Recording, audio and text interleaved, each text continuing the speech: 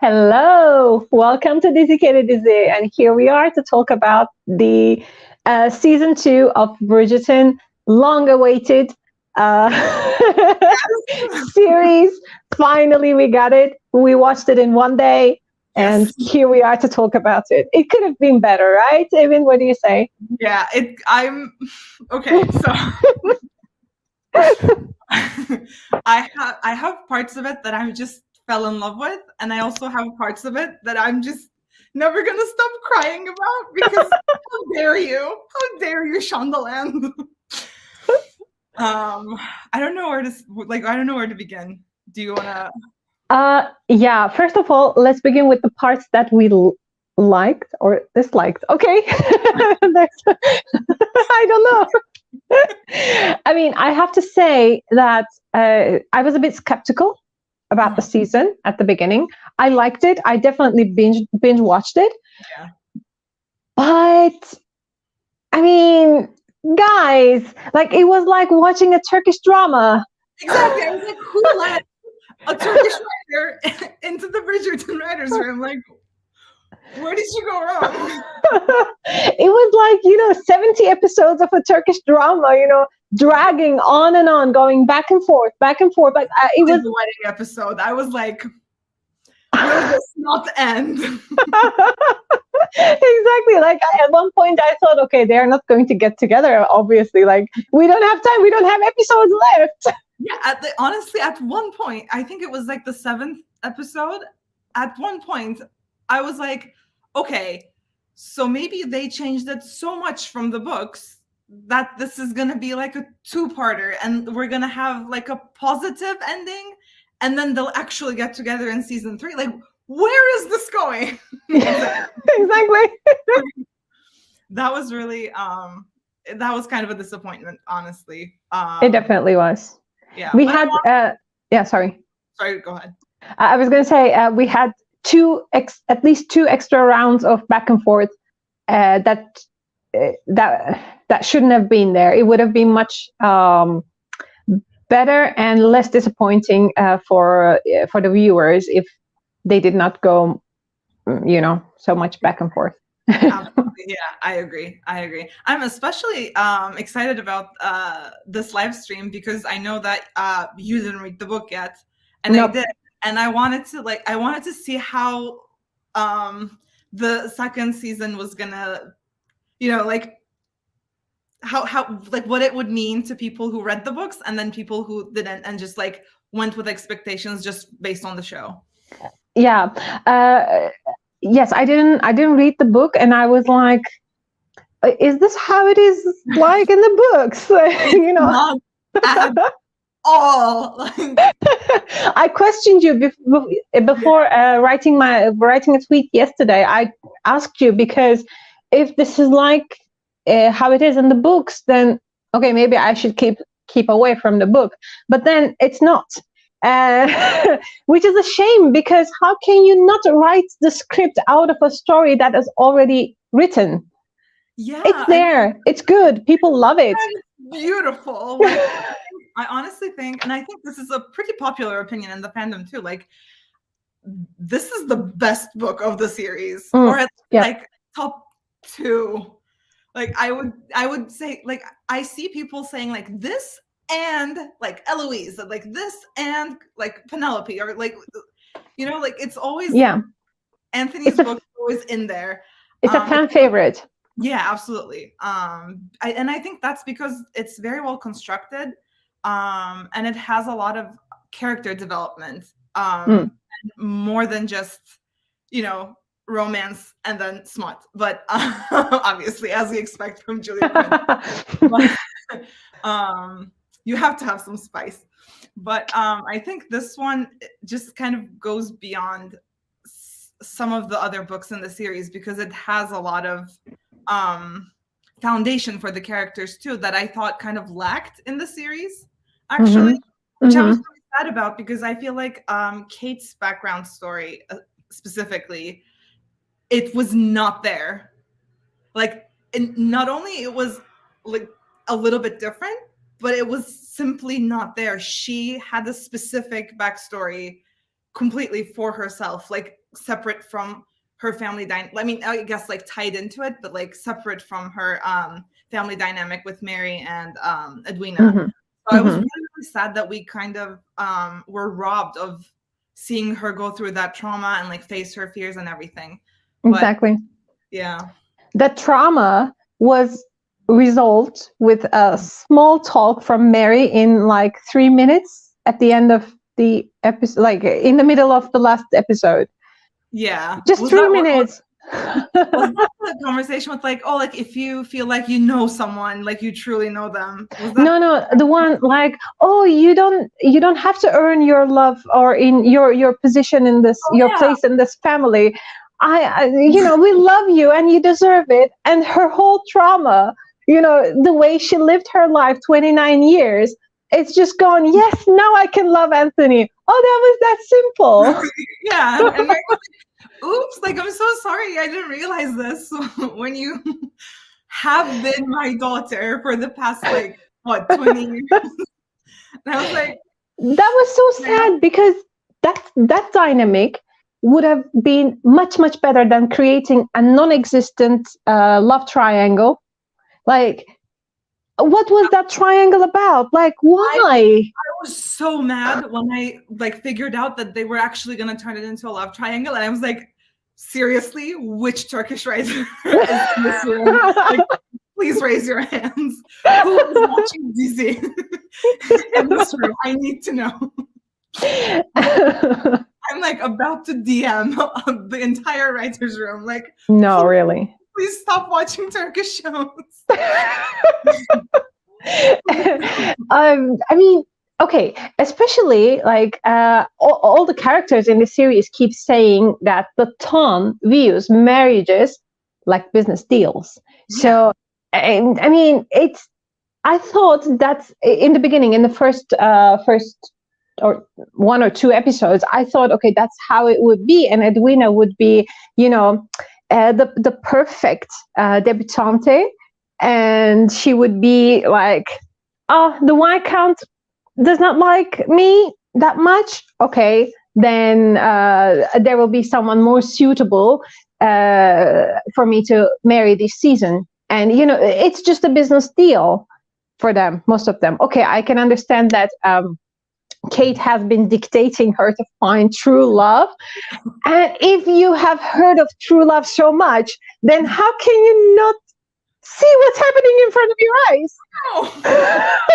Like towards the later episodes, when she went like, was I truly this blind? I was like, yes, girl, yes.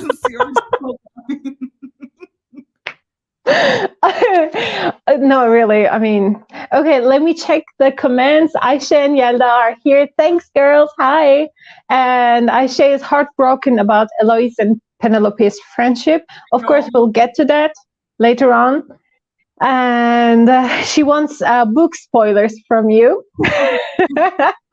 And thanks, Yelda. She says, what a lovely duo, as always. Thank you. Okay, so let's start with I mean, we cannot go episode by episode. I mean, we're gonna mix it at some point. But the name of the first episode was capital R, Rake, and also it passed in the episode, and I was like, that's a direct quote from the books too. Like, it's one of, I think it's the first excerpt from the Lady Bridgerton. Like so every chapter in the series starts with a little kind of quote from the society papers that Lady Whistledown writes, and it gives context about the chapter.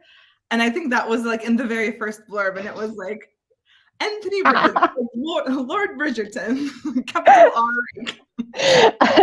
R. Rake is a choice of word in every period romance. It exactly, it has to be there at least once for a bad boy who is unaware that he seeks love, and then he finds love and becomes an affectionate puppy. I love it. I'm a sucker for enemies to lovers trope. Oh my God, yes. Love it. Yes. Okay, however, I mean, Anthony was quite unlikable in the last season, in the first season, and he started off the same way. He was so conceited. He was so uptight. Like, I was like, ew, who is the unlucky lady? I mean, the way he went through the interviews with the girls. Oh my God. I was like, the only missing thing was, where do you see yourself in 5 years?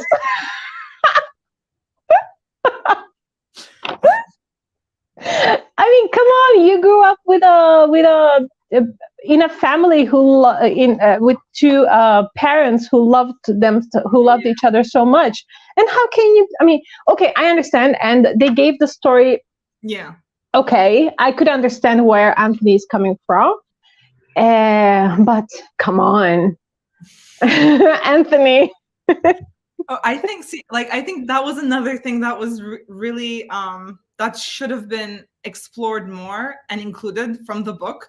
Mm-hmm. Because in the book, it's not just the trauma of him losing his father in that way, and then going through his mother's grief, and that's what makes him decide that, oh, like, if there's love involved in a marriage, it just means heartbreak and devastation for like everyone involved.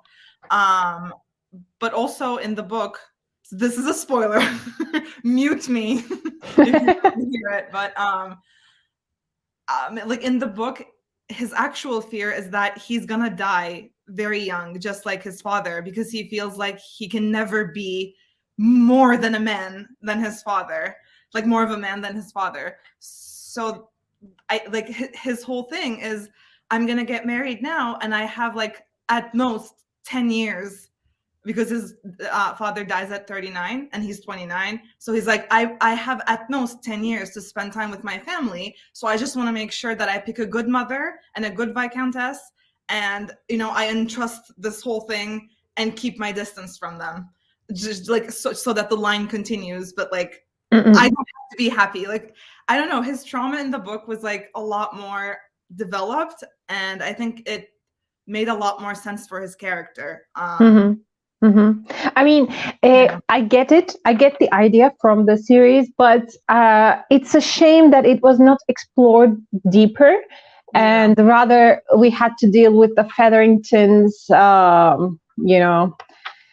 schemes and other stuff. Like they had to mix. Okay, of course, the whole series, the whole 8 episodes, could not be based on just Anthony and Kate.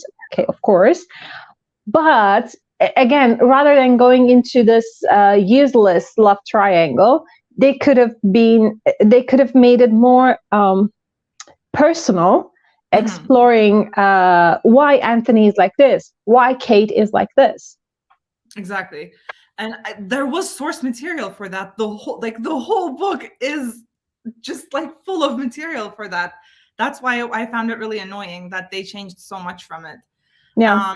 And I agree with you about the other stuff. I think the main thing for me that kind of made me have questions about this season was, like, compared to the first one, I thought in the first season, even though I like Daphne and Simon's story, like, is a good one, but it's not like one of my favorites.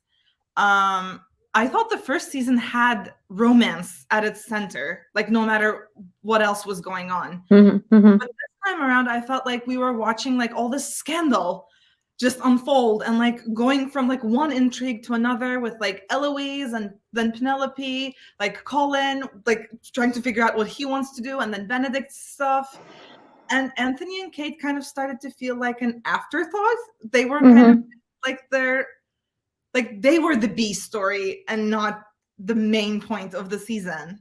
So I felt like the romance actually was missing a little bit. And I felt, I don't know, like disappointed that we didn't get to see them more as an actual couple as we did with Simon. Yeah. Exactly. I mean, the thing like this going back and forth should have ended at around 4th or 5th episode, and then we should have seen them trying to, as a couple, or maybe trying to be a couple, and trying to discover the other's past or traumas, or, you know, characters a bit deeper. So yeah, it was disappointing. I totally agree with that. Yelda says, thinking that I will die young is so depressing. Poor boy. Yes, I mean, like I said, Anthony was really unlikable in the first season. Also, again, at the beginning of this season, and the way he spoke. Of course, it's not out of I don't know how to say this. It is normal for the time to guys to think that, like we said, they consider a marriage a business proposal or business pact. So it's not unusual to say those things that he said when Kate eavesdropped on him. Mm. However, it would have been. I mean, the real drama, rather than, going to the altar and realizing that there is something else going on, I would have preferred this drama, like how Anthony become this person, the person who tries to show all his emotions down, and also for Kate, because later on he understands that she did the same for her family. I mean, yeah, it's a waste of opportunities. Absolutely. And I thought it was such a disservice to Edwina and Kate's relationship in the book. Because in the book, like, this is not how it happens at all. Like, actually, like, Edwina in the book, she's one of the first people. She's like Daphne. Like, she has the role that Daphne plays this season. And so in the books, she actually is the first person to realize that, like, Anthony's actually interested in Kate. And so throughout the whole book, she's like trying to like push them together, and she's already like looking for other matches for herself. And she's not super fond of Anthony in terms of like an actual love match. Mm-hmm. So I thought the book worked really well and more unproblematic in that sense. So I that was the like one thing that made me really curious about the writer's decisions, because I was like, it's 2022. We're trying to like remove problematic material when we're adapting things from books or like previous works. Why would you add the problematic storylines to a book that had none? I don't understand. That whole wedding scene was... It never should have come to that point. No. Never. Like, it was like a Bollywood drama. Why? I would have loved to see actually Anthony like panicking and proposing to Edwina. So like they're now stuck in that engagement, but Edwina doesn't want it really, and Anthony doesn't want it, and like Edwina knows that Kate and Anthony have a thing going on, and like the three of them are trying to figure out a way out of it, but like without like trying to avoid a scandal and everything. Like that would be something I would like to see. But I think they just missed so many opportunities to make it actually, I don't know, more exactly enjoyable. And then Anthony comes like, okay, I'm going to finish this. I'm going to end this farce. And then Kate is like, no, you cannot leave my sister. Are you stupid? Like, are you stupid? You know that he doesn't love her. And then, no, you cannot make my sister unhappy. This is what you've been saying all along. I know that. I was like, you know what? Come on. Especially after that talk in, I think it was Lady Danbury's house with Anthony and Kate, where Anthony was like, if you make me marry your sister, I'm gonna keep thinking of you until I finally just like can't do it anymore and cheat on her with you. And I was like, this has become a mess. Oh my God. Yeah, why? Like, okay, that speech, by the way, I mean, the first part of it, it was super, like, that was the moment where it should have ended, and then they should have started becoming like acting like a couple afterwards. I'm gonna get there because his line but Wait, I lost my. What was I gonna say?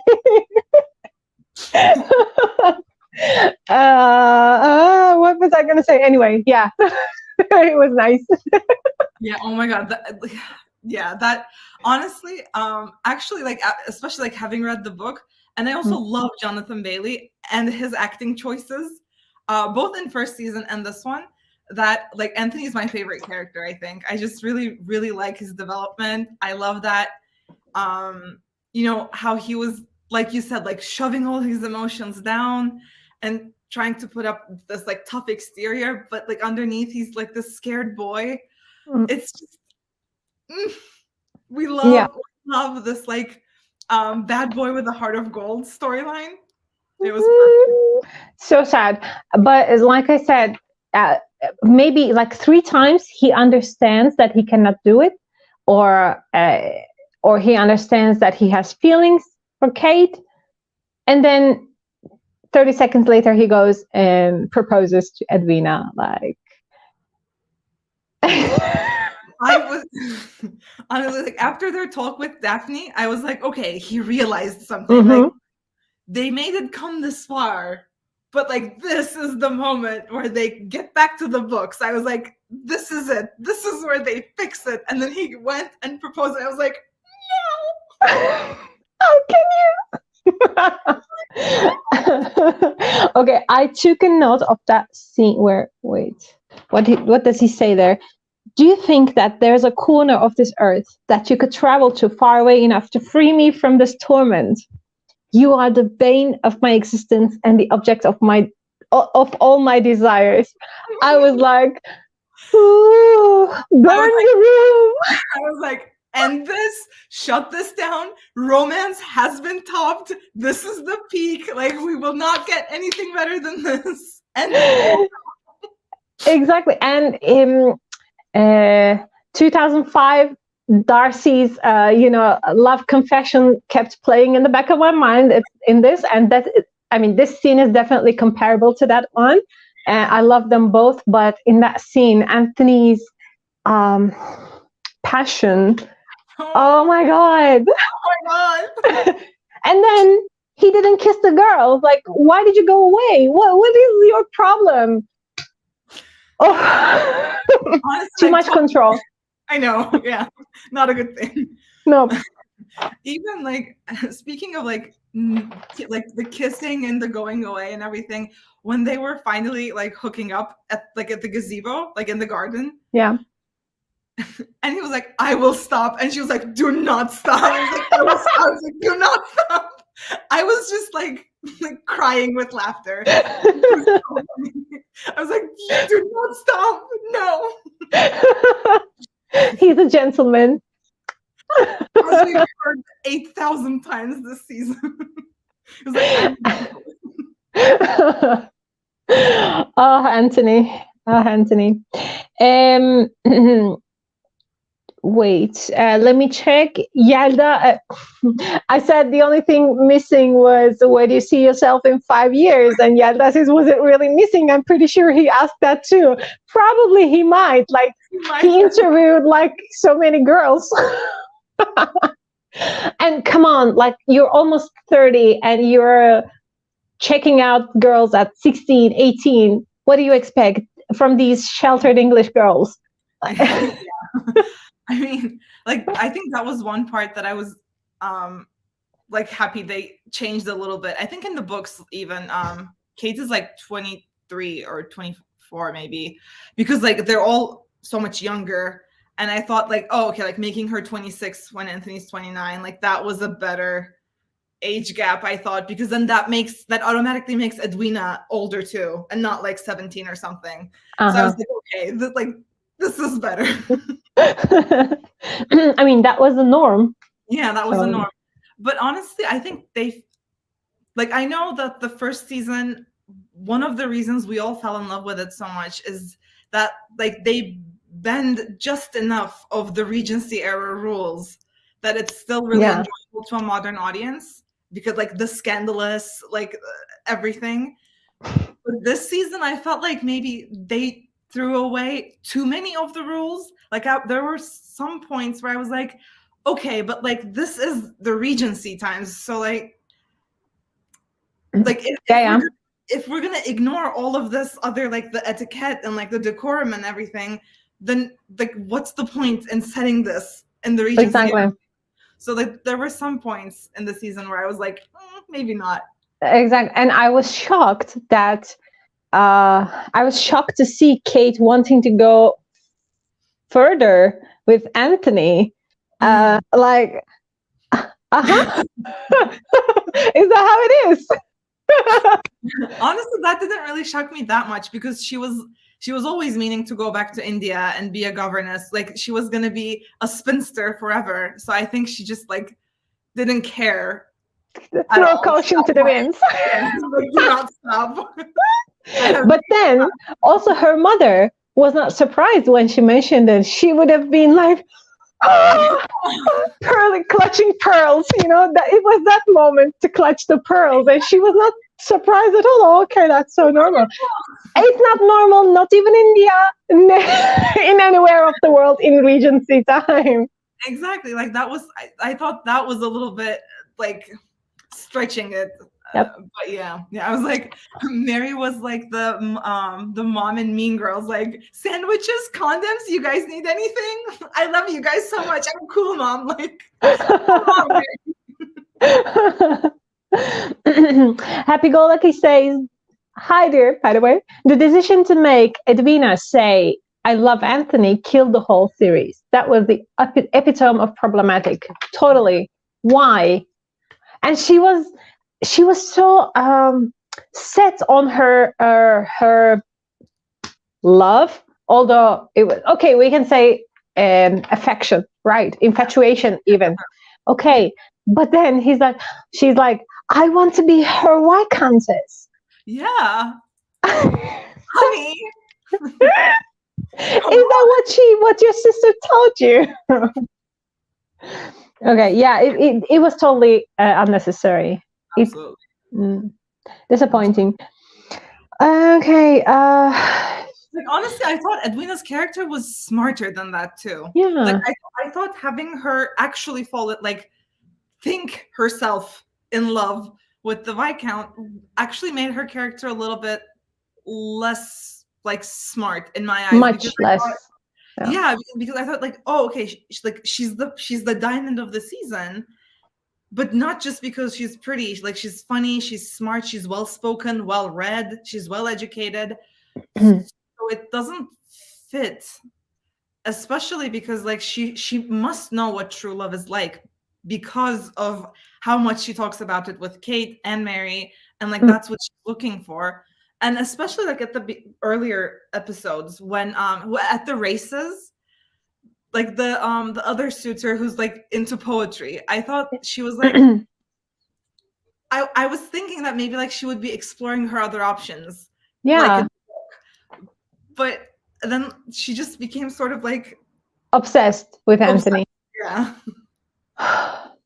Yeah. I mean, it would have been much more fun if she also, considering other options, because she is the diamond of the season, and there were lines out of her door to take her to events, woo her, and also that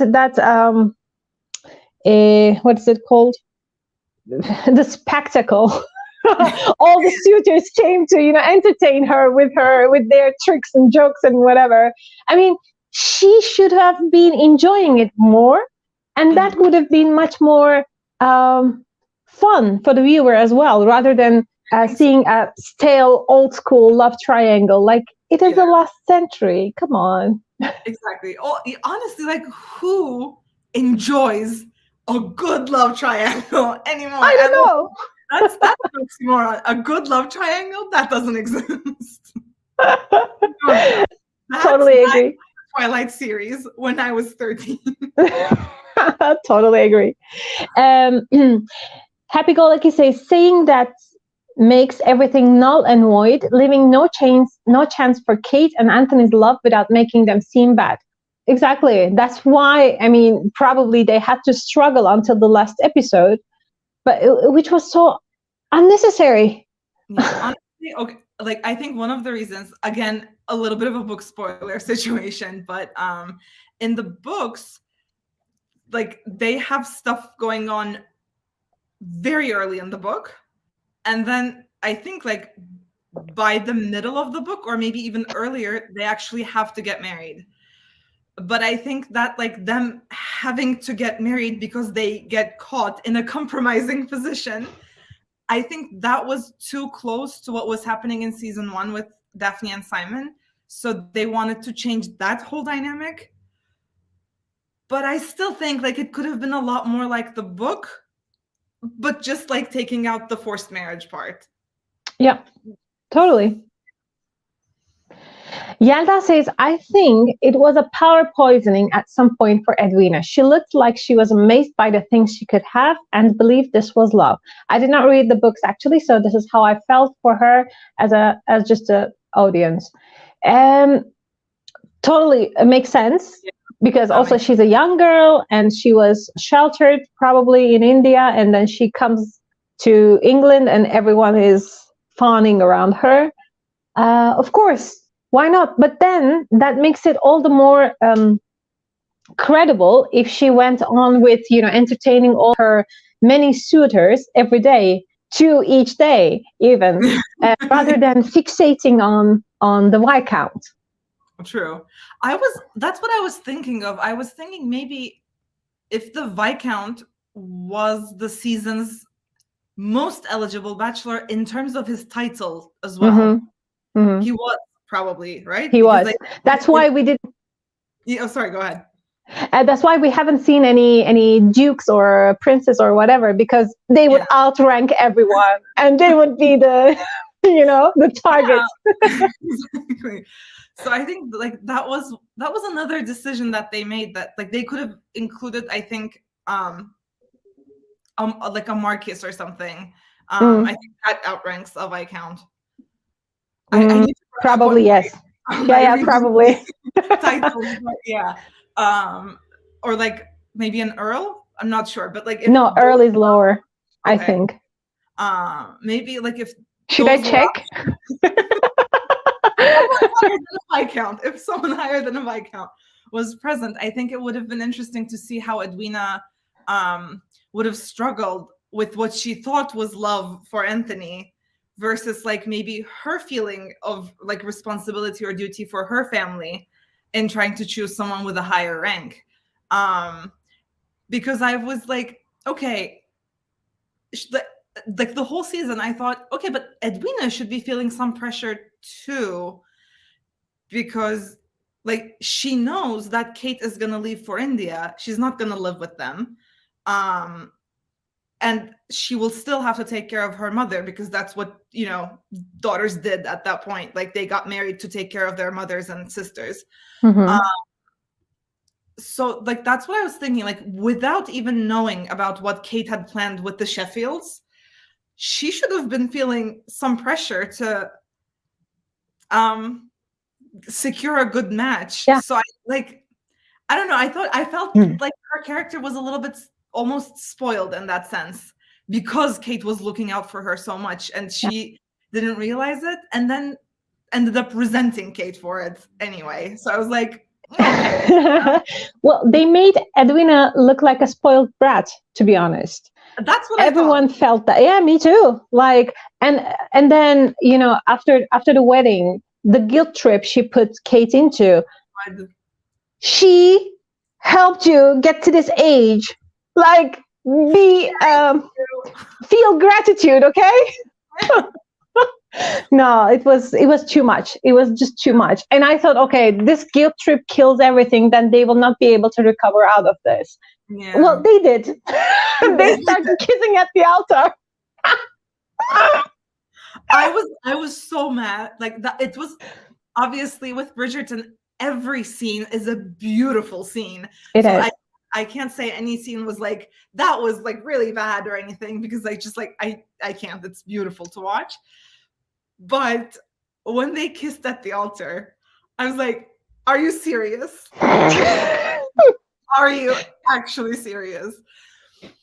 I actually really enjoyed the moment at the altar when like the bangle fell off and Anthony reached for it, and like it was such, I think, like a magical moment, and like I wish Edwina had realized sooner, but I think the tension in that scene was very well constructed.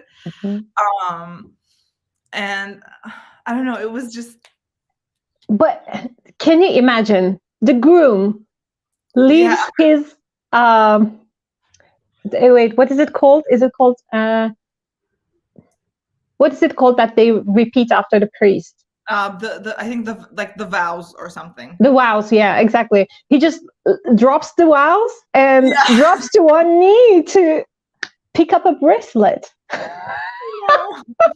The nerve in front of the queen too. I know.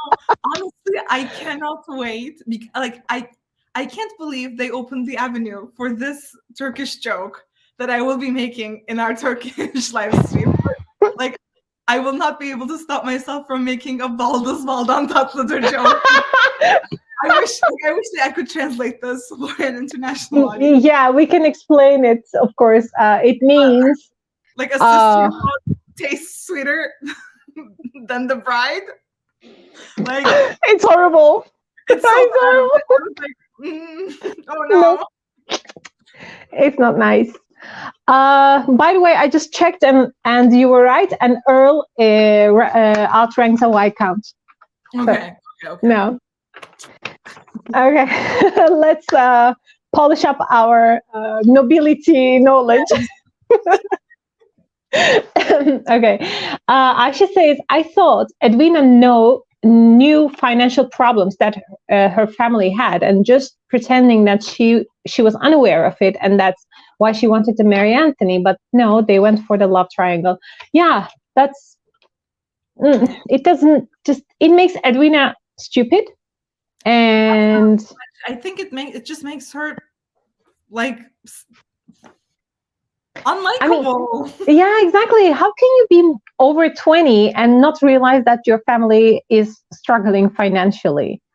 And she doesn't even have to, like, they don't even have to be struggling financially. Even if they were like a decent, like in a decent situation in terms of like finances, in that era, knowing that her older sister is not getting married, it would have she would have known that it was her responsibility to secure a good match so she could provide for them both, because like that's the only way that Mary and Kate can actually have an income, is if she has her husband's money. Mm-hmm. I was like, what's not clicking for you? Totally. I'm in 2020 knowing more about like Regency marriage dynamics. Exactly. Just like Anthony has been, babbling about duty. It is my duty. Like, there was a scene when they were talking in a study with Benedict and Colin in presence, and they were talking about Anthony's baby. A tiny Anthony talking about wandering around and talking about his tiny duties. That was amazing. I love the brotherly affections between Anthony, Benedict, and Colin. Although I really dislike Colin, I'm just gonna. Yeah, I know. I think Colin's character is. He takes a long time to develop, and a very long time. Yeah, I'm not sure if next season is going to be Benedict's season, like it's supposed to be in the books, or if it's going to be Colin's season, because I feel like where they left things off with that storyline, I felt like maybe his season was coming next. I'm not sure. I'm even like expecting a little bit of a time jump, honestly. Mm-hmm. But I think in his season is when he obviously does the most like character development. But even then, I think Colin's character is just kind of, he's goofy, and that's kind of it. Yeah. Like even in the books, it just feels that way. Like I like him, especially in the books, but like he's a goofy brother. Yeah, that's it. But I mean, we deal with Colin's travels, but I mean, everything comes down to Colin, and he's talking about his travel to Greece, and that's it. Just a word of Greece, and what was it called? A great trip, great trip. It was called, I think. The Englishmen used to take this, kind of like gap year in their time and travel all the way to. I mean, mostly it would stop at Rome, but Colin takes it a bit further and goes to Greece. But come on, like all these inner thoughts, thinking about what am I going to do, what am I going to be, who is this, who is that, going back to see Marina again. I don't know what he was hoping, because it was definitely not his idea to have a closure and leave things there. He had something else, I don't know what. Yeah, I was very surprised with how that conversation went, especially after he stayed for dinner. Yeah. Because he became friends with Sir Philip, who I love in the books, by the way. Okay. I cannot say anything. I have not read it. I was after dinner, when Philip left them to talk, which was a very kind gesture. I was like, did you really have dinner with this man only to make moves on his wife like 5 minutes later? Colin, you're better than that. And then when you think that he understands something, because Marina tells him stuff and he's thinking of it, and then he tells Penelope that he starts seeing things differently, and then at the end he's talking shit about Penelope to the guys, like a very disgusting locker room conversation. Yeah. I want to see you on your knees, Colin. Exactly. Yeah. Crawling. Yeah. That's what made me think that their story was going to be next season, because there's a similar scene that happens in the book that starts off Penelope's story. So I'm interested to see where they're going to go with that. We'll see. And I'd like to ask you, it's a book spoiler. Okay, so Penelope is obviously one of our favorites. We love her, but with how things turned out between her and Eloise, will we see a more gray character for Penelope, or is she going to stay like this? Yeah, and I think it's going to be interesting now that she doesn't have, I guess, like Eloise's support in real life, but also the freedom as Lady Whistledown to, just write about things without worrying about, like, oh, is Eloise going to catch me? Is she going to realize? Is one of the Bridgertons going to realize? So I think that's going to definitely affect how we see her character in the next season. But honestly, like, I want to kind of talk a little bit about Eloise, because I thought this season was like, it made her very, very unlikable to me. I don't know if you agree, but with Eloise, I was just like, I don't know. She was talking a lot of talk about feminism, and she was reading up on it and everything. But I was like, you're reading Wollstonecraft and these like amazing writers who were like pioneer feminists of their time, and yet you're still like look down on like the other women in your family or like your other female friends, just because they're more of a realist than you, to realize like, oh, okay, this is the society that we live in. We have to figure out I think like your comment just destroyed us here. She says Eloise is very unlikable as a child. I mean, there's a word, there's a phrase for it in Turkish. It gets lost in translation, but yeah, I totally agree. And I agree with also what you say. Sorry for interrupting, but also in the first season, I was thinking, I mean, her rebellion is kind of like a teenage rebellion. Okay, the way she also looks down upon other women rather than supporting them, that's because she's very immature, and her rebellion is a teenager rebellion, not really a mature feminist realization. Exactly. No, I completely agree, because I thought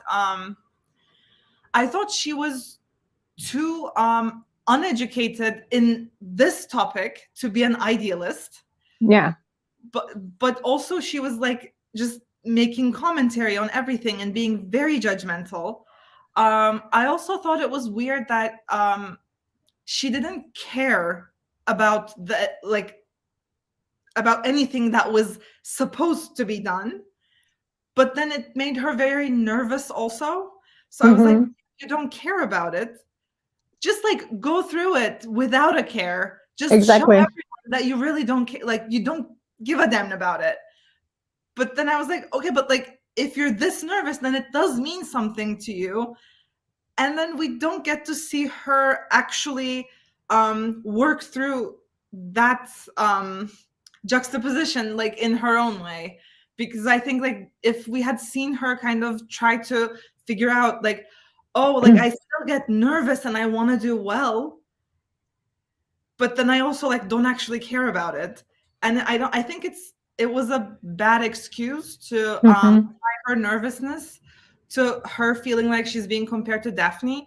When we left her last season, I think like the last time we see Eloise in season 1 is at Simon and Daphne's last ball, and she actually says to Daphne, "Thank you for being so perfect, so I don't have to be." And I thought that was a really good character development moment for her, even in season 1, when she wasn't like this bad.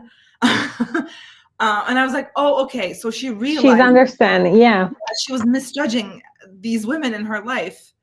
And now she's like in season 2, we're gonna see her like trying to educate herself more and trying to understand and look from their perspective. But no, she was just like, no, you know, like everyone expects me to be perfect. Everyone's comparing me to Daphne all the time. I'm such a disappointment. I thought we were past that in season 1. Exactly. I don't know how she was written in the books, but I mean, since they have changed so much in the series, I mean, they could have made Eloise they could have given her a more a deeper understanding of herself and the life or the society in general, rather than being just a rebellious girl for a very rich family. She's definitely a very what's the word again? I don't want to say spoiled. What was Theo says? Privileged. Yeah, exactly. She's super privileged, and she uses it to, just like you say, spewing out judgments on everything. And I mean, it should have stayed in the last season, exactly, because finally we had seen a moment of, a moment of realizing something, and then we went back on old. Back to square one. And I thought, like, with the storyline with Theo, at least, I was thinking that, okay, maybe so at least this is the season where she has to face her privilege and realize, oh, okay, like, I can't be doing this to myself. I can't be judging, like, the modiste, or when, I guess this is a big spoiler for the season's end. So I don't know. Like, I'm going to talk about spoiler. Spoilers coming. But when she finds out that Penelope is Lady Whistledown, I thought, like, everything she went through this season, especially at the end when she thought she was ruined because of what Lady Whistledown wrote and everything, I was thinking, okay, she's going to be more understanding towards Penelope when she finally figures it out, because she's going to understand what it takes to be a woman with a business in those days. Like, how much risk actually Penelope is taking continuing to do this. Mm-hmm. But I felt like she had no character development at all. No. So bad. So bad. Okay, well, about the characters, I mean, we talked Eloise, we talked Colin. I mean, the best parts, I would say, Anthony's bottom, Benedict's eyes, Yes. and nothing about Colin. And nothing about Colin. Frances is not. I mean, she was present, unlike last season, but I mean, we only saw her for like 2 minutes or so. I'm really curious about what they're doing with her character, because she's non-existent. She's like in scenes, like having 2 lines, which I think like it must be really sad for the actress too. I think we don't get to see her be a part of the Bridgerton family, so that was kind of sad. And I actually really like Francesca'S storyline too. She her storyline is quite different from the rest of her families in the books. And she actually, I guess maybe she leaves the family a little bit earlier than everyone else. So I think maybe that's why they're kind of like pushing her to the background to make the audience like not realize that she I don't know. I don't know what they're doing with her character. I don't know either. Then there are the youngest ones, Gregory and Hyacinth. Of course, Hyacinth is, of course, she's not introduced to the society, so she's kept away from all the excitement, and we can see that she's very much looking forward to it. But then Gregory and Anthony's scene was so sweet, so poignant. I loved it. Me too. Yeah. And like in the books, it's also such a big point that Anthony tries to fill his place, his father's place, especially with Gregory and Hyacinth, because I think Gregory's like 1, and Hyacinth, obviously, Violet's pregnant with Hyacinth when Edmund passes away. So like Anthony's almost like a father to those 2 specifically. So I was really happy to see like him dancing with Hyacinth, and then the talk with Gregory. It was really nice. Yeah. Speaking of their father, okay, we learn how he died, and of course it was tragic. But then it's a trauma for Anthony, understandably, and it's also helped us realize how he became the head of the family, and all the hardships and all the decisions that he has to make. Of course, I have to say this because he has not really worked a day in his life, rather than just doing some calculations and investments somewhere with the existing money. Guys, Anthony, you are rich for generations. Like, you can relax a bit. Chill, bro. Honestly, that's what I kept thinking. Like, I can't even imagine how much money they must have had, because like, think of the generational wealth. I think it said like on the gravestone that he was the 8th Viscount. Yeah. So like Anthony would be the 9th. So like 9 generations of like accumulated wealth. And this is like a Viscount. Think of the Duke. Let's not. Like a step away from the Prince. So. Exactly. I think I told you already this. Like, there is a young and handsome new Duke in England, and he I forgot the word. Inherited. He inherited 12 billion pounds of inheritance. Imagine, apart from all the things that he already had, possessed. So imagine. Yeah. So Edmund's death and Anthony's trauma with bees. Okay, totally understandable. But the panic attack with Kate. Yeah. That scene was just no. It didn't work. It was horribly executed, I think. It's so much worse in the book. I was actually like relieved that this is the road they went. How was it in the books?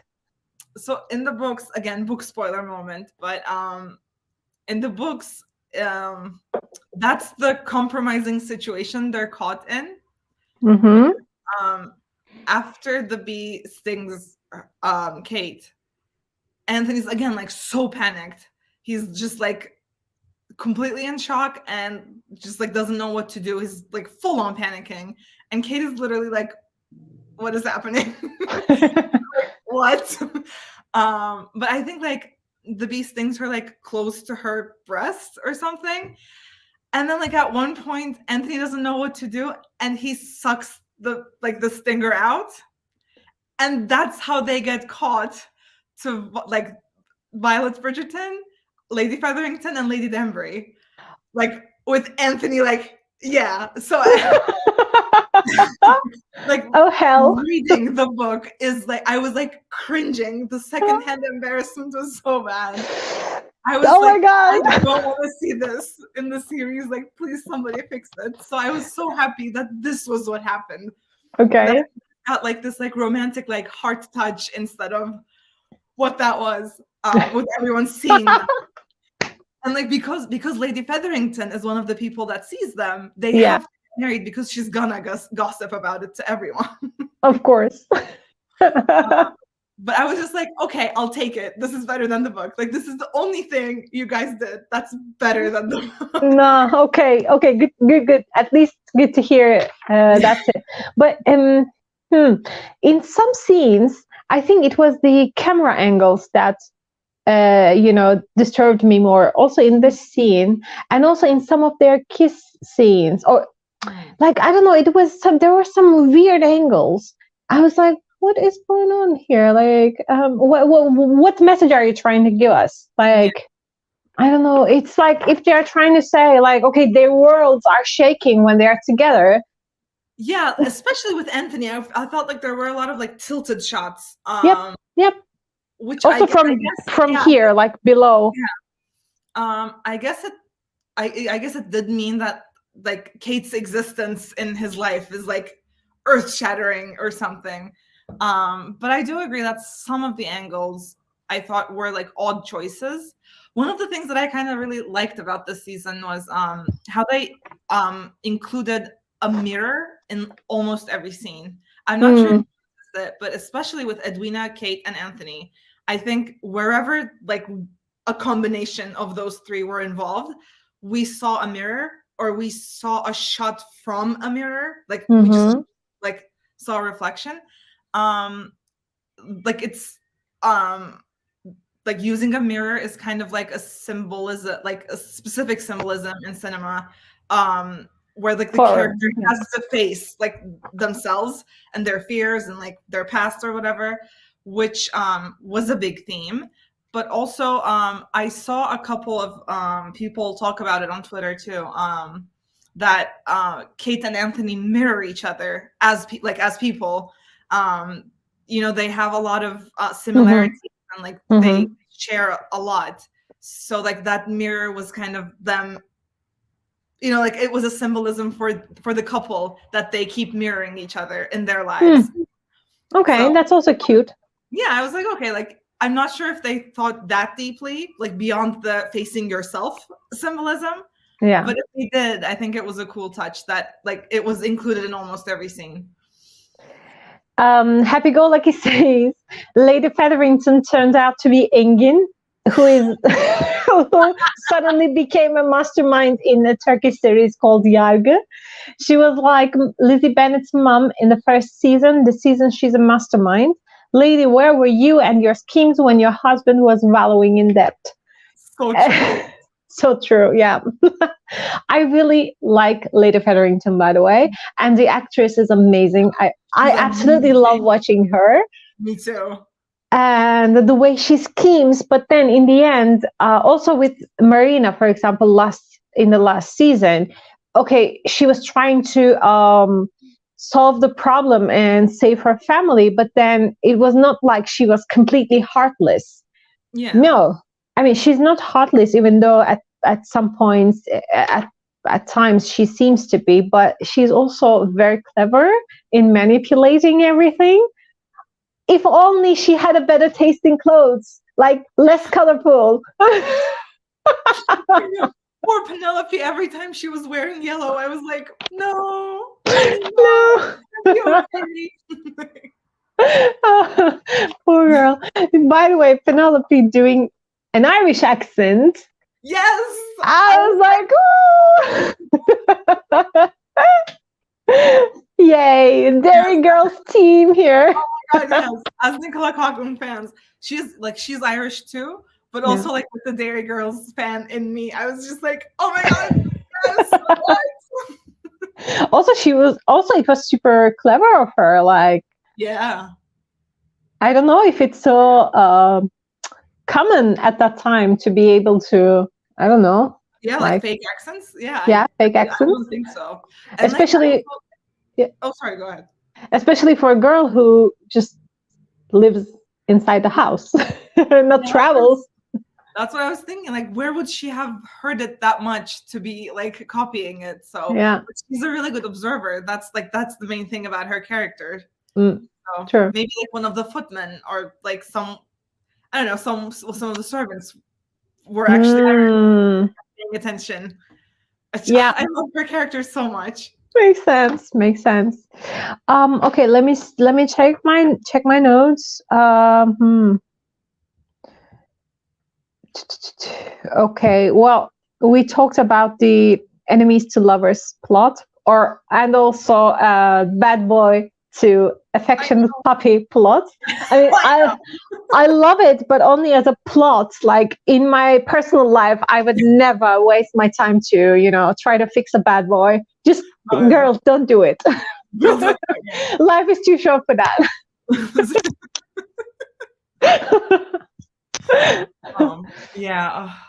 I don't know. Kate and Anthony, like, despite every bad decision the writers made this season, they're a couple that I just absolutely adore. And I thought the chemistry between Simone Ashley and Jonathan Bailey was just excellent. Yeah. So I thought, like, I don't know. I always believed that like they just had that pull to each other. Like despite everything that happened in the series and like with Edwina and like the whole marriage ridiculousness and everything, whenever Kate and Anthony were together in a scene, like I could completely believe that like there's this pull that just like connects them together and like they can't like keep their eyes from each other. So I still I think it was still a successful season for me. I just wish it was, like it had more romance, because I think that's what really was promised in season 1. Like that's what I was counting on Bridgerton to bring back, I guess. So I was sad about that. Exactly. I mean, there's this Bridgerton style now that we recognize. The colors, the style, the views. It's so very Bridgerton style, and it continues in the season 2. But then, okay, a lot of the critics I've read, reviews I've read, were mentioning the lack of sex in the episodes. But I mean, it's not. I mean, it's better because for me, the first season was like half of the first season was just soft porn. So I've like there was no plot anymore. It was just porn all over the house. So I didn't like it. So I actually like this, more personal, more let's say emotional side of the story of the main characters in season 2, as in Anthony and Kate. But I mean, it just took so much until they finally admit their feelings and try to do something. Like that final dance, for example, at the Featherington Ball. Like we should have had it much earlier. Yeah. Yeah. I know. I'm just agreeing because I'm crying inside. Crying inside. Okay. Happy Go Lucky's comment is so nice. She says, my overall impression for the season was like the lights were dimmed. Yeah. So good. Yes. That's so true. Also, the music choices were better in season 1. I totally agree with this. Absolutely. We had only a few songs that were good. But Yeah. of course, Anthony and Kate dancing to Wrecking Ball. I know. That was perfect. That Of was course. perfect. Also, I absolutely loved Material Girl. Yeah. When the Shamas first walked in, I was like, yes, this is the perfect choice. Yes. And Diamonds, when she was deemed the Diamond of the season. Anyway, okay. So let me see. Edwina's guilt trip. We talked about that. The wedding was ridiculous, of course. Yeah,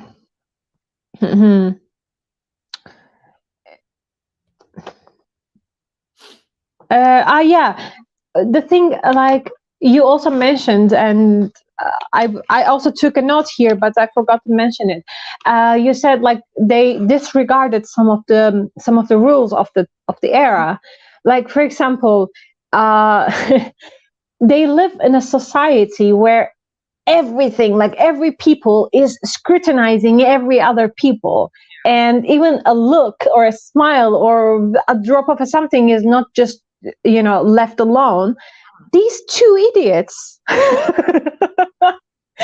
literally like gush over each other with their looks in front of a church full of people. Are you mad? That really gave me pause too, because I thought like the real scandal wouldn't be that Edwina ran out of the wedding, but that Edwina ran out of the wedding because Anthony leaned down to get her sister's bracelet. I was like, how did no one connect the dots? I don't understand. People are just looking at them. They are the focus, like in front of everyone, all three of them, and these two are just lusting at each other, and no one sees this. Like really, they are waiting to see this. I was like, excuse me. Like it bothered me that in the first season, Lady Denbury and Violet, they were both very observant with Daphne and Simon's, actual affection for each other. That they were like scheming to get them together for real. And I was like, Violet, did you go blind this season? Lady Denbury, what are you doing? I mean, Lady Denbury was aware of everything anyway. Yeah. It was Violet blinded, because I think they wanted to give Daphne to do something, yeah. Because what else she would be doing? True. By the way, I want to ask you, did you ever feel the Duke's absence this season? No. That Jean Page wasn't in it? Nope. Like the only instance where I was like, oh yeah, maybe he should have been in this scene was the wedding scene. Exactly.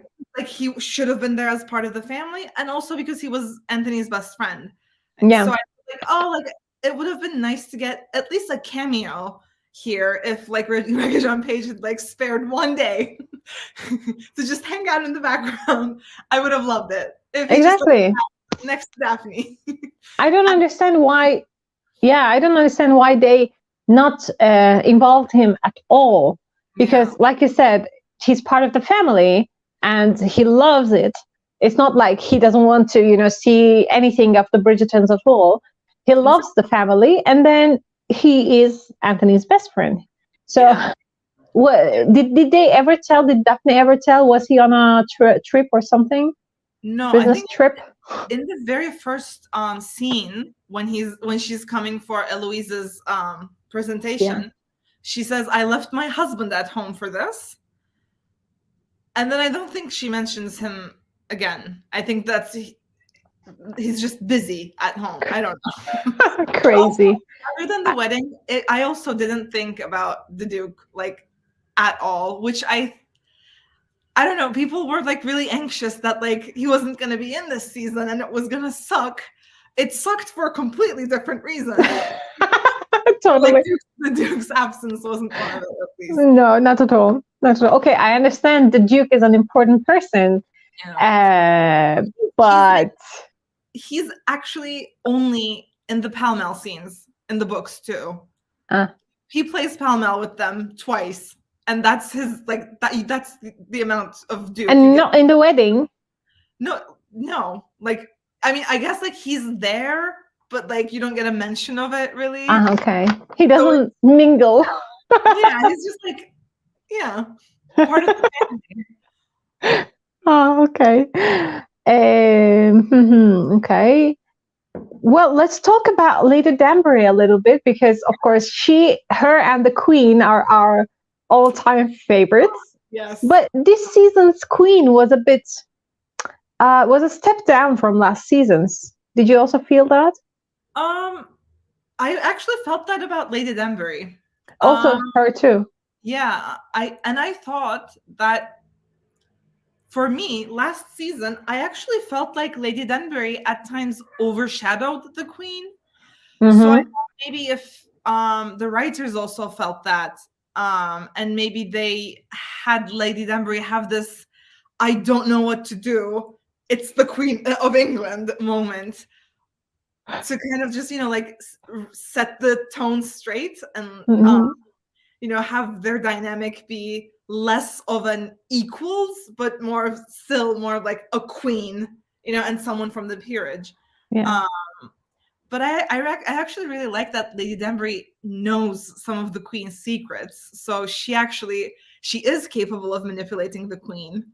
But I would have really liked to see, rather than like having Lady Danbury take a step down, I would rather see the Queen, like maybe we could have seen a scene with the Queen letting Lady Danbury take charge, or like be more at the center of things than herself, because of her own interests. Like she's still the Queen, and she's letting Lady Danbury shine as she does. I think I would have rather seen like those subtleties in their dynamics. But I agree with you. I think this season they were both a little bit off. Yeah. Yeah. They were really like in the back. And I thought, I mean, in the first season, the Queen was much less reachable. Is there a word for that? Yeah. I can remember. Yeah. Accessible. Exactly. And in this season, we saw her, sitting in the, living room of some peer, like, huh? This is the Queen? Yeah, that's very true. It should have been like hanging out with her should be a lot more exclusive, and it should always be a very big deal when you get invited to the palace, like the Sharmas do. With the zebras and the exactly. Like that scene, I felt like that's a big deal. Do you remember in the first season when Violet was invited to the palace? She was just like just so nervous because it's the Queen, and obviously they're part of the aristocracy, so they get to hang out with the Queen. Yeah, but not that normal. It's not normal, especially Edwina walking around and going into the jewelry, treasury room, and the Queen giving her a feminine advice, like. If I was Edwina, I would be very scared to talk to the king when he came into the room. I was like, no. I would just like conceal, don't feel, like blend into the background right now. Blend into the background, curtsying, please. You cannot be standing upright in front of the Queen or the King or the King. Yeah, and I thought there were a lot of like very strict rules, like you can't look them in the eye even when you're talking to them. Like you're supposed to be like looking like off. Yeah, exactly. Unless you are given permission to, of course. She can give that permission to Lady Danbury, for example, because I mean they're also kind of friends. But Kate, Edwina, Nope. Yeah. Nope. Yeah, that was a bit disappointing because I love myself a flamboyant character, and the queen was as flamboyant as could be in the season one, and the actress is amazing, of course. And also Lady Danbury, she was much less flamboyant in that sense, but she has an authority. You can feel it. Absolutely. And I would have loved to see them more in that sense, giving off their aura, not playing back, but Yeah. In a more commanding the room, rather than for example, watching. Although that scene was super cute, when the dog came in and Anthony and Kate could not, stay away from each other. But I mean, it wouldn't happen really with Lady Danbury present there. Yeah, I guess. Yeah. I always thought maybe because I read the books like one after the other right before the season came out. I was like, Lady Danbury feels kind of like a part of their family too. So that's why they're a little bit more relaxed in front of her, Okay. but still terrified of her. But yeah, I agree. Like normally that wouldn't happen. Not with that many like elders present. No. No. But I love that Lady Danbury was trying to keep them apart with her cane. You know how we say in Turkish, separate them with sticks. When animals go in, what's that? What's that called in? Yeah. Go in? Heat. Go in heat, exactly. You separate them with sticks. Oh my god. Oh yeah. Okay. Okay. Yeah. So let's get to the fall plot. The fall of Kate and what the drama ensued. Yes. Why? I'm prepared. Please. Okay. There's actually more book spoilers. There is actually a scene like that in the books. But I think in the books it actually serves a purpose in terms of having Anthony face his fears. I think more than it did in the show. In the show, it just felt like, I don't know, maybe this is because we've seen so many love triangle dramas in Turkish shows, and like we just know this type of story by heart at this point, and we're tired of it. I don't know if it was like, if just gave off that vibe to me because I'm that specific audience. But it just reminded me of like a classic Turkish dizi when the actual couple jilts the sister, and the sister is heartbroken and guilt trips them and has the moral high ground, and she's the angel sister, and the two have to suffer and give up on everything. And at the end, just so they can be forgiven by everyone, one of them has to be hospitalized. Like, this is, I think, something we've seen about 1,000 times, and I'm not exaggerating.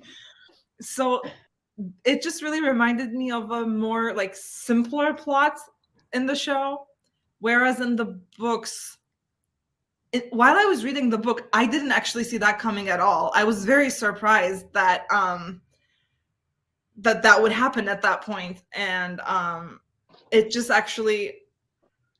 So in the books, again, bit of a spoiler, but it's right after Anthony realizes that he's actually fallen in love with Kate. And at that point, he really has to face the potential of losing another loved one. I don't know. It just, in the book, it really felt more developed and had more of a foundation with everything that they had been through at that point. Like all the fears that they had already faced and all the trauma that they still had to process together. It was like the right moment. I think it still added some kind of like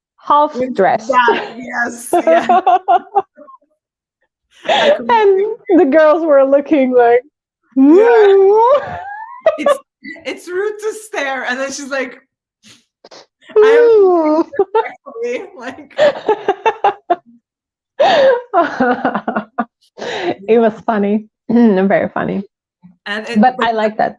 That scene is also in the book, and it does involve Newton. It's Newton's fault that he falls in the lake. Newton and him hate each other in the books. I love it. Understandable in Newton's place. What else?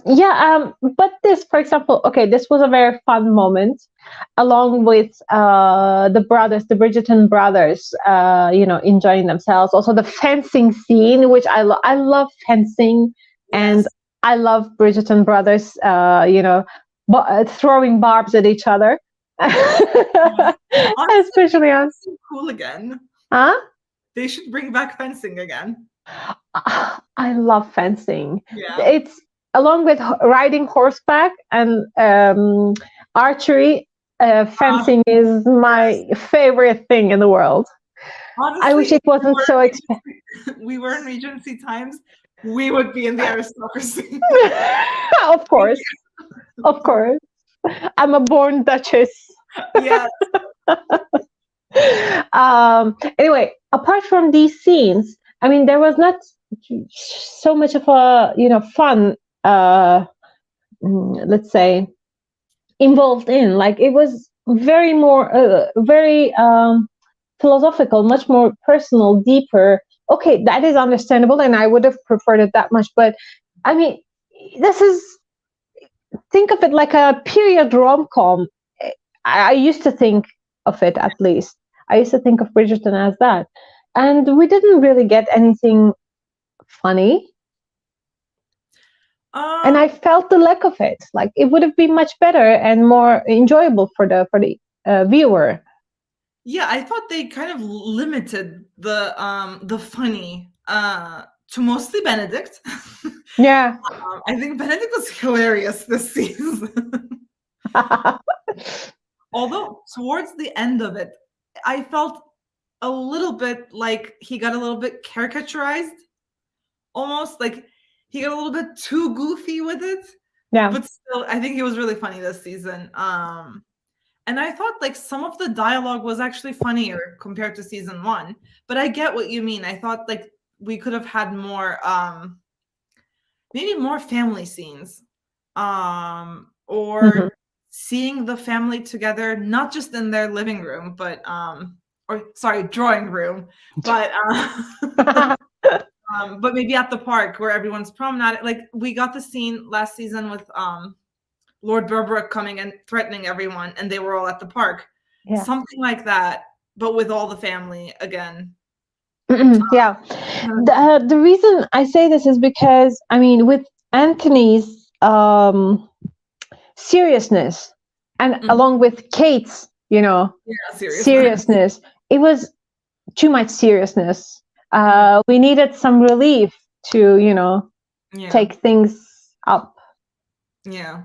I thought the Pall Mall scene worked well in that sense, especially when they went to get the balls out of the mud, and they both fell, and that happened to be like a connection moment for them.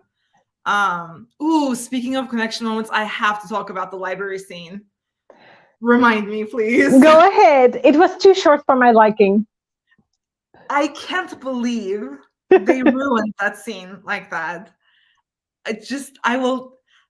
I'm never going to stop thinking about it. I'm never going to stop being angry about it.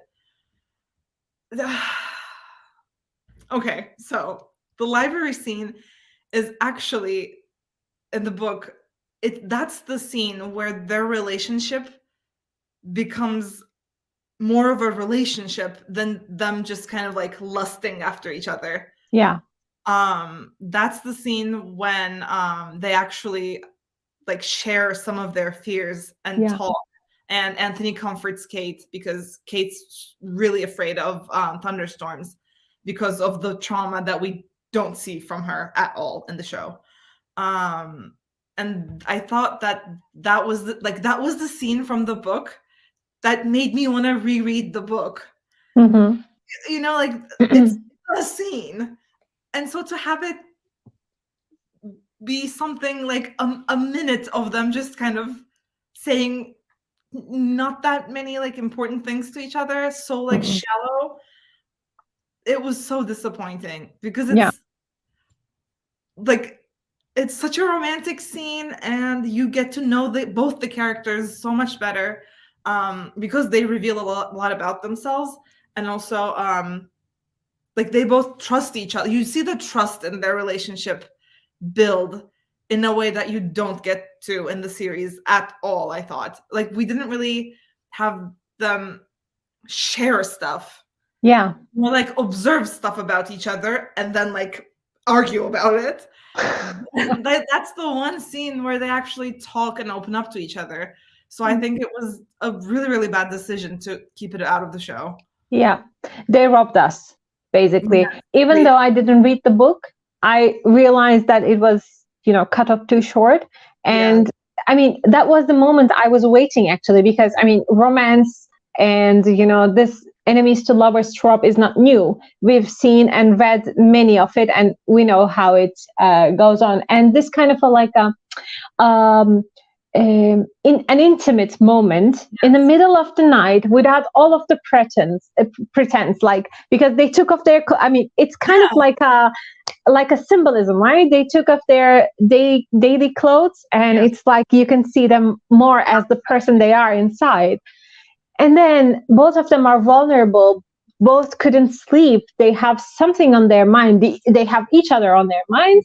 And then it was the moment they could literally share what's on their minds, and to get each other. Like, it's not all, I mean, because they don't speak that much in that scene, everything else seems like they're just lusting at each other.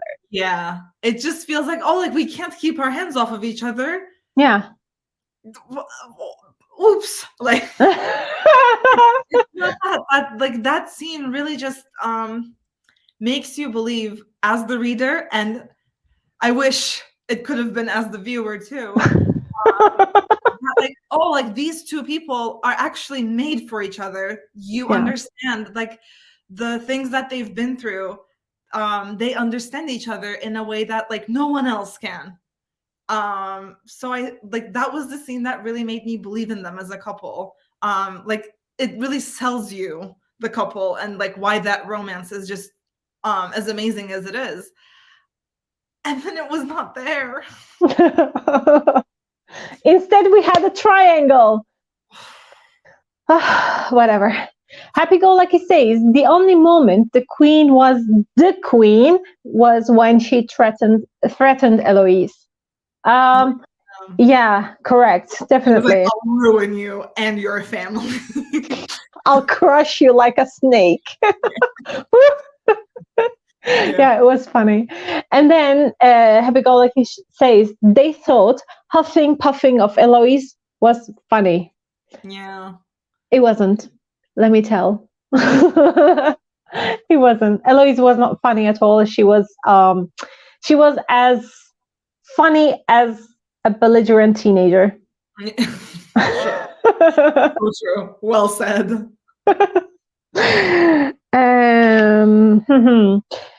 Of course, dancing to Wrecking Ball. Sorry, I can't read my own handwriting. Wrecking Ball. We come in like a wrecking ball. Okay, Wrecking Ball. And what else? Well, nothing else left, rather, except for me wanting to go to balls. Like, we should make balls happen again, where everyone dances.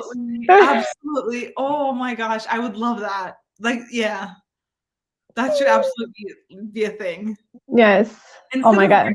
Like low-rise pants from the 2000s. Why not bring back balls from the 1800s? Come on. Exactly. Yeah. We don't need low-rise pants. No. No. Take them back. No, but really, I mean, the balls, everyone, I mean, the music and everyone knowing the dances and doing them, partner switching. And I mean, it's almost exactly, the rules are there. Everyone knows the rules. Yeah. And it's perfect. And also imagine like you have a crush on someone from the society and you come across at a ball and you're trying to get them in a dance with you. That's peak romance, I think. I would love that. Yeah. Anyway, okay, yeah. That's all I can say. Yeah. As a last remark, I read a few of the interviews for this season after the season came out. And I saw I think from both Jonathan Bailey and Simone Ashley that they kind of confirmed that we would continue to see Kate and Anthony together in the later seasons, especially because Anthony's the head of the family. So like I can't see the show without Anthony being around. Obviously not being the center of the season anymore. But I mean, I think we can keep seeing him as much as we saw Eloise this season, at least. But like even though they're gonna have a smaller role, I was at least happy that like we didn't get to see them actually be a couple that much this season, but at least we'll get to see them for the rest of the series. Maybe them like growing their family and everything. So that's like my probably. Yes, probably we will see. But I mean, like you said, they're not probably going to be in the focus. I mean, but I would hate it if we saw them as much as we saw Daphne this season, because Daphne was just like a guest, just passing by, except for one or two talks with Anthony, trying to make him come to his senses. I'm angry that we didn't see the wedding of the Lord, of the White Count and the White Countess. I mean, the wedding we saw was just nope.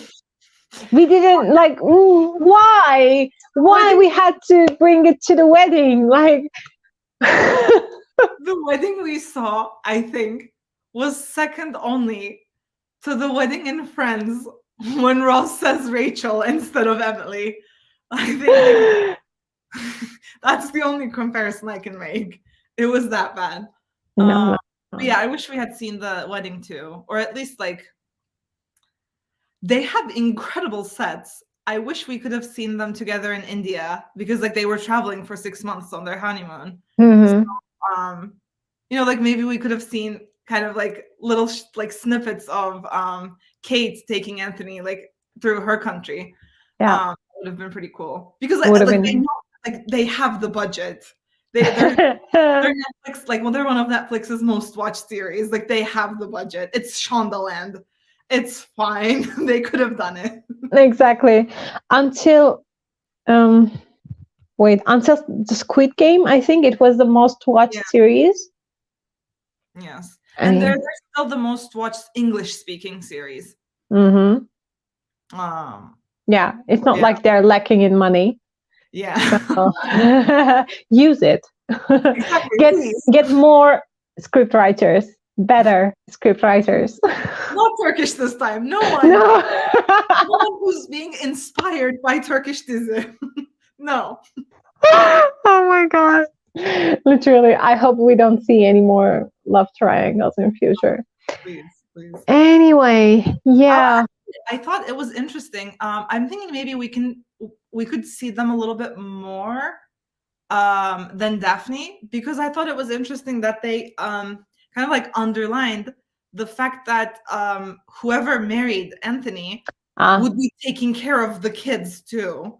Yeah. Which I'm not sure is actually true. I think the kids would probably still remain where they are with Violet and Anthony and Kate would have probably moved to Aubrey Hall, or vice versa. Like the family would move to Aubrey Hall and they would stay in London.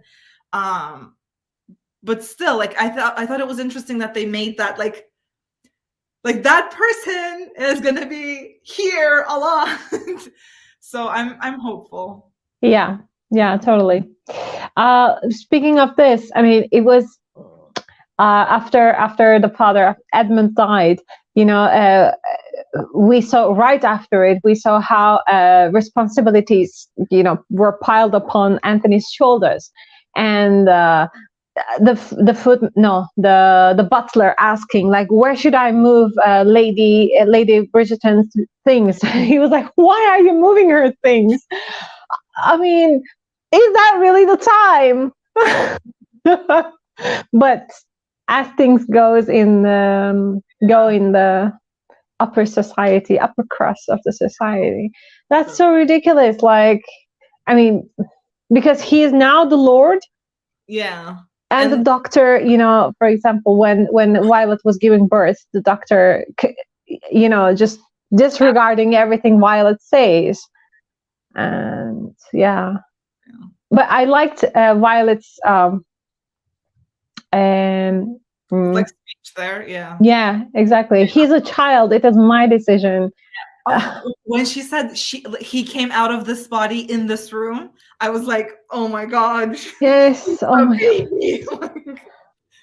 Ooh, I really wonder what was Violet's decision. Of course, they both survived, thank God. But what was the decision? Yeah, that's true. Wow. Yeah. Oh, anyway, yeah. Thankful again for living in the 21st century. Well, okay, yeah. We talked. I think we touched everything in the season 2. I don't think. Yeah, probably we left out some details. I don't know, but yeah. Oh yeah. The Featheringtons. We didn't talk much about them, and I mean, it is everything that happened with Featheringtons were expected. Like Prudence. No, not Prudence. Philippa's lack of dowry and the family pushing, and Lady Featherington trying to control everything, and and Penelope's morals at her mom's stuff. Yeah. Also, I think like how they positioned Penelope it's such a tough place to be in. Yeah. Because imagine you're making all this money that could solve all of your family's problems. Yeah. But you can't say anything about it. You know what? Her mom is super clever. She's a very clever woman, and if she confided in her mom, she would have understood, and she would have probably helped her, because it's bringing money. That's all she cares. I mean, I think the only reason she might have been okay with it is because it was bringing in money. Yeah. Like she's trying to constantly tell her to like stop reading, like stop thinking. She's such a traditional like Regency mother. Yeah. That I don't think she would have been that understanding about Penelope essentially working and having her own business, except for the fact that it was actually a solution to her problems.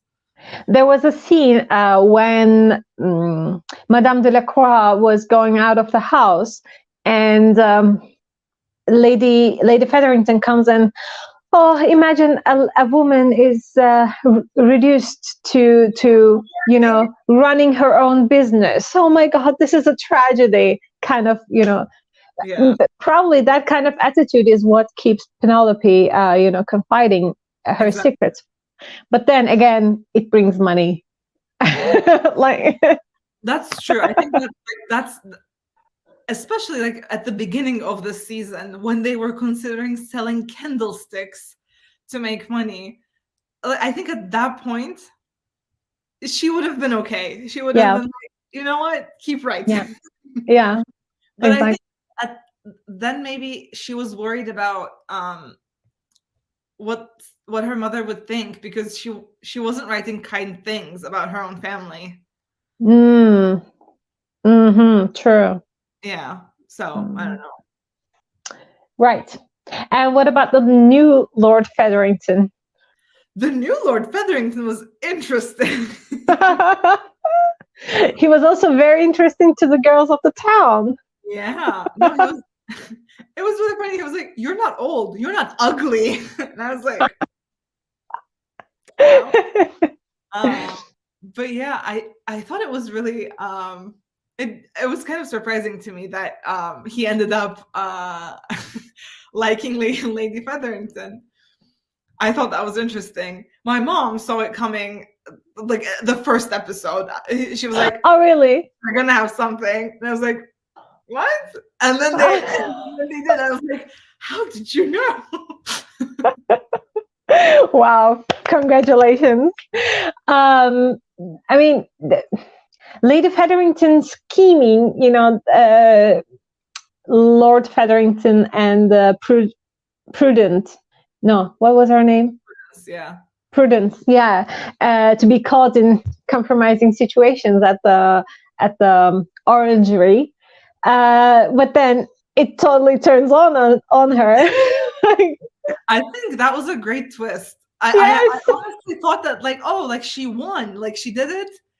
They're gonna have the money. Amazing, like she schemed and did it. And then I was like, what? It was funny. It was super funny. And then Lord Featherington keeps saying, "This is all you're doing." Figure it out. Figure it out.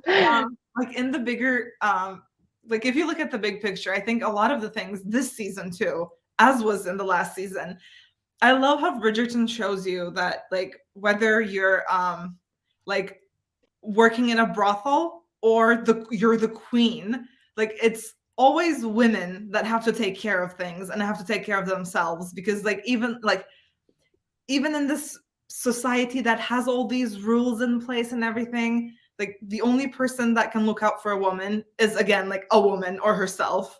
Exactly.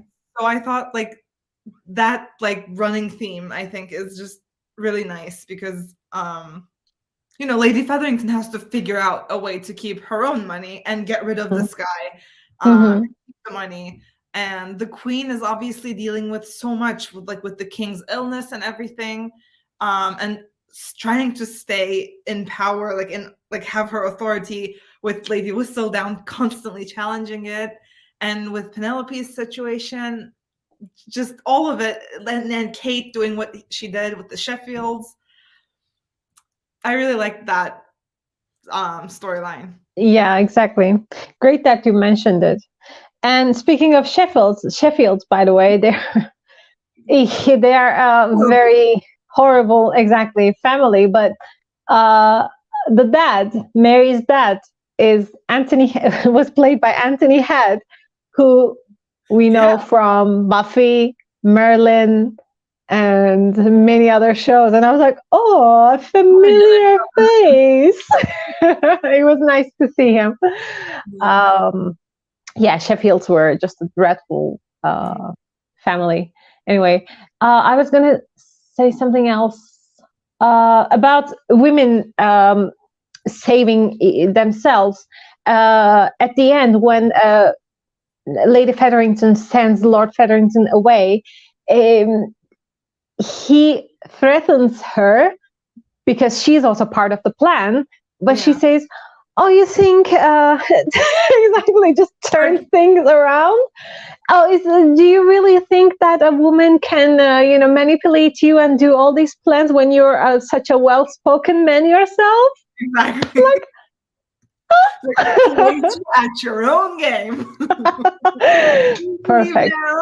That was amazing. Yes. Oh, and I really like that.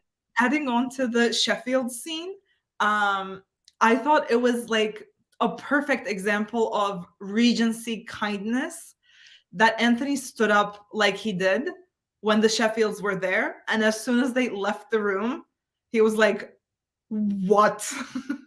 How could you not tell this to me?" And like both him and Violet were offended, and they left.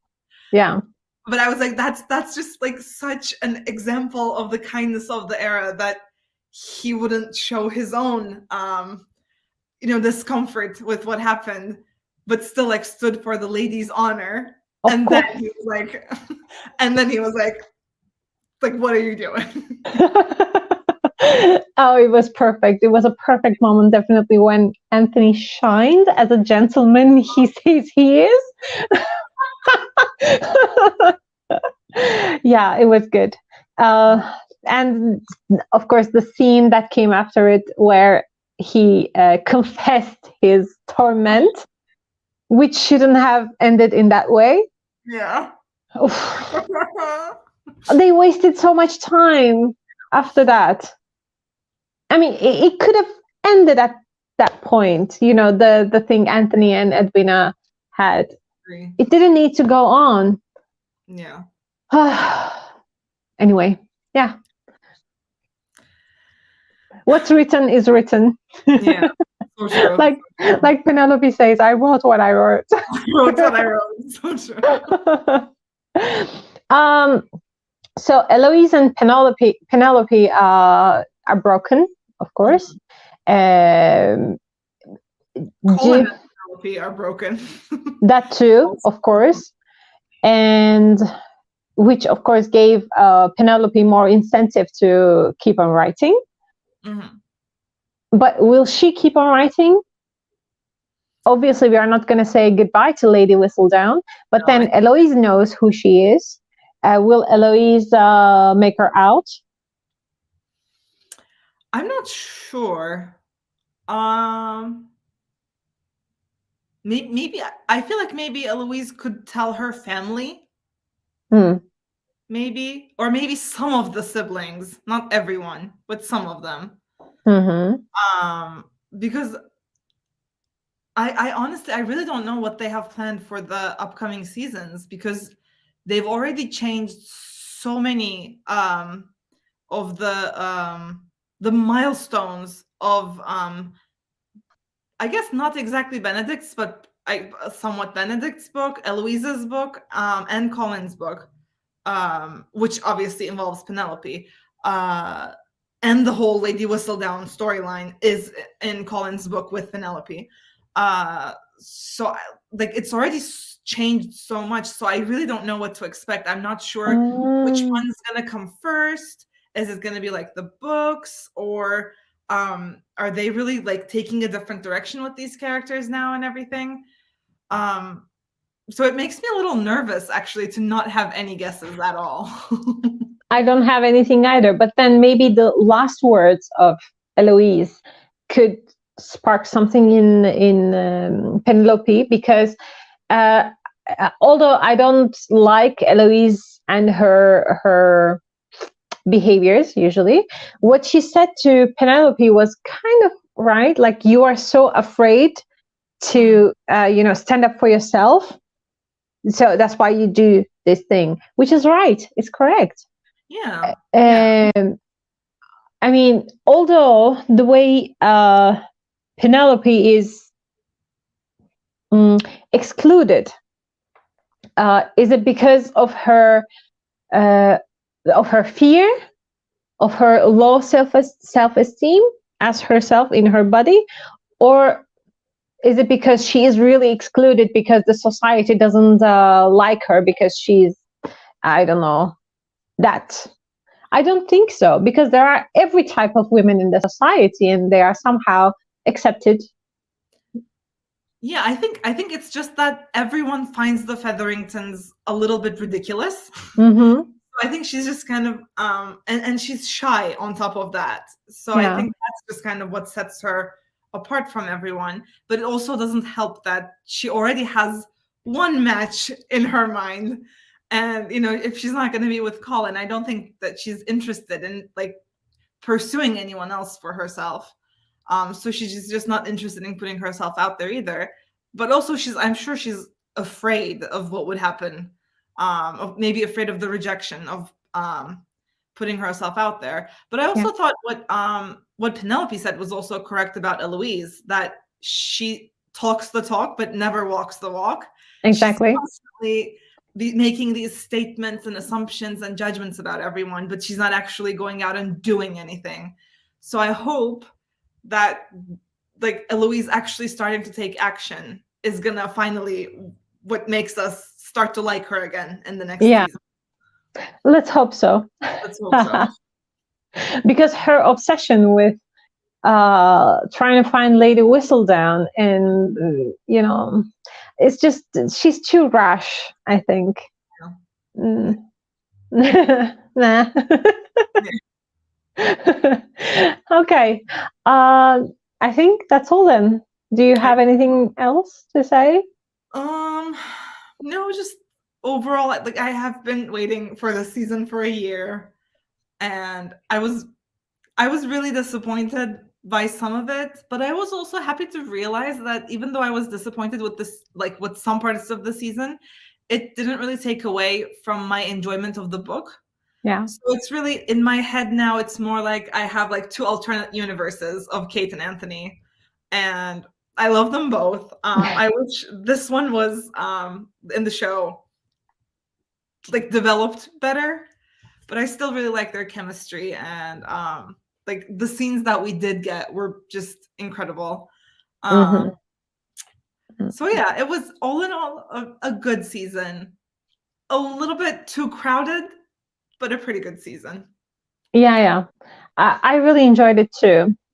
I would have enjoyed it better if they didn't go this way that they chose to go.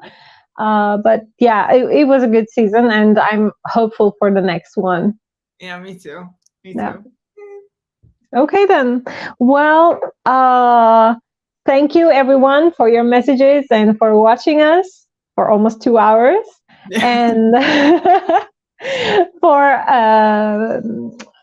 for viewers who are not subscribed to our channel yet, please do subscribe for our upcoming reviews.